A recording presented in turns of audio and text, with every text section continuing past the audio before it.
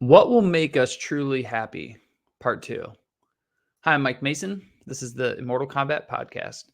The Immortal Combat Podcast is the podcast arm of Viri Christi.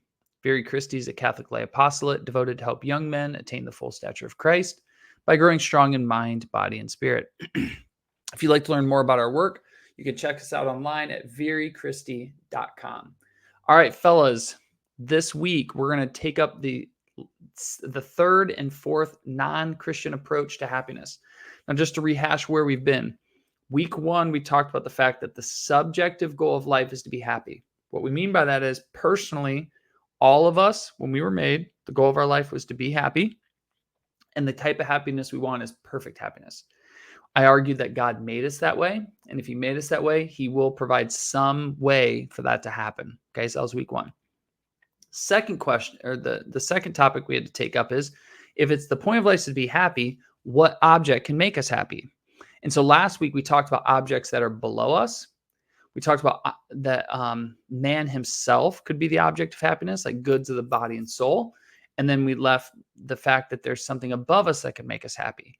Now, we ruled out the things below us because nothing like wealth, power, influence, that stuff does not work because it's below us.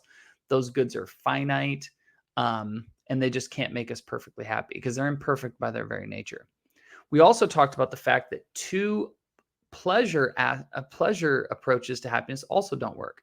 So we talked about the fact that hedonism doesn't work. Okay, making your own pleasure the point of life makes no sense, because pleasure is not the point of the activity we do. It's more of a reinforcement that things are going okay. Okay, so the pleasure of eating food, pleasure is not the point of eating. Okay, it just accompanies eating to motivate us to do it and things like that. Okay, so pleasures, though it helps us live a good and happy life, it's not the point. Second, we talked about, what about the pleasure of helping other people? We said, well, that doesn't work either, because if the meaning of life is to help other people, then the people being helped live meaningless lives, which is ridiculous. And we also said that, what if we ever got to the point where no one needed help? Well, then everyone would live a meaningless life. And that's also ridiculous. So making pleasure, whether for yourself or for other people, the main point of your life, just does not work. Okay, so we'll set that aside. What we're going to talk about this week is what's called Stoicism and evolutionism. So last week, both views had in common of like a life of pleasure being the point. Stoicism and evolutionism, what they have in common is making yourself into a really good person is the point. Okay, they just approach it from two different, they have two different approaches to that. Okay, all right, let's start with Stoicism. Stoicism is directly opposed to hedonism. Okay, they're like polar opposites. As I said, hedonism makes the pleasure the goal of the ethical life. And hedonism uses virtue as a means of acquiring pleasure. Stoics believe that virtue is not a means to happiness, but it is happiness itself. So notice here, hedonism says pleasure is the goal, virtue helps you get there. Stoics say, no, virtue's the goal. Okay, who cares about the pleasure part? Okay, virtue's the goal. According to Stoics, virtue's its own reward. Stoics are the kind of people that want to be the toughest, the smartest.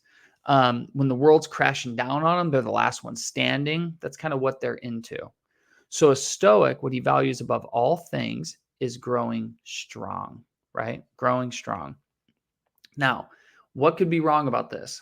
Obviously, as with the views last week, there is a grain of truth in this.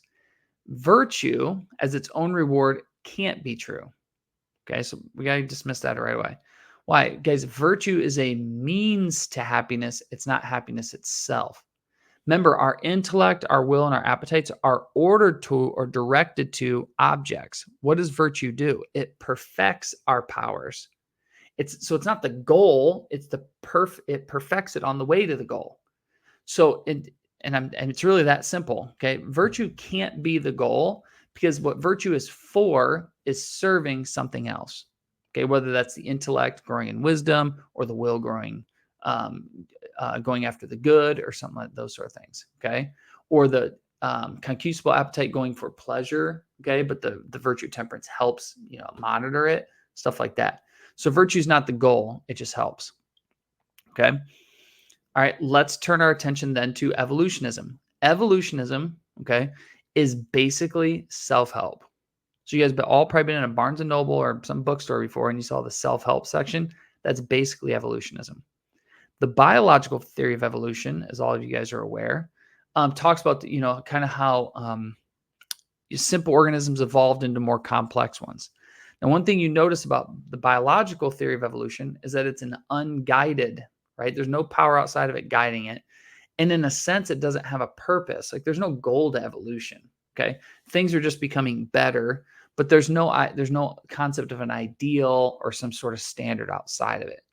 Now, evolution as a biological theory made such a strong impact that people actually borrowed these insights and applied it to other subjects like psychology and sociology, even theology, philosophy, stuff like that, even economics with Marx.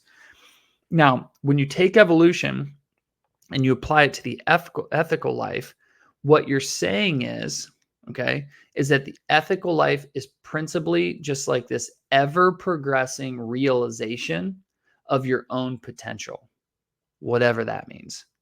Okay. So this is why it's best to see this as self-help.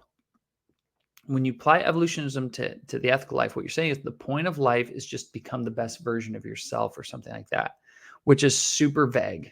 Okay. Because like, what's the best version of yourself? Like, I don't know. Okay. That's what evolution is about. And this is also going to be why it fails, because this idea of self-realization, being fully developed and stuff like this cannot be our goal. Okay. Because it's literally unguided. There is no goal. Well, my goal is to be self-realization. Well, what's it mean to be self-realized? Well, to become my full true self. What's that mean? Like, can you describe that? No, I can't. Okay. That's the point. Because there's no goal and no end, this doesn't make any sense. Second, progress for the human race isn't necessarily good for the individual. Okay. So it could be that you have conflicts between the progress of the human race and the progress of the individual. That's problematic. And because if evolution is true, there is no answer for us, nor there's answer for what the race is for either. So there's no clear set answers what we're supposed to be doing. Okay. And that's why evolutionism fails. So all this self-help stuff like be your own best person, be the best version of you, this stuff's vague and not helpful. Okay.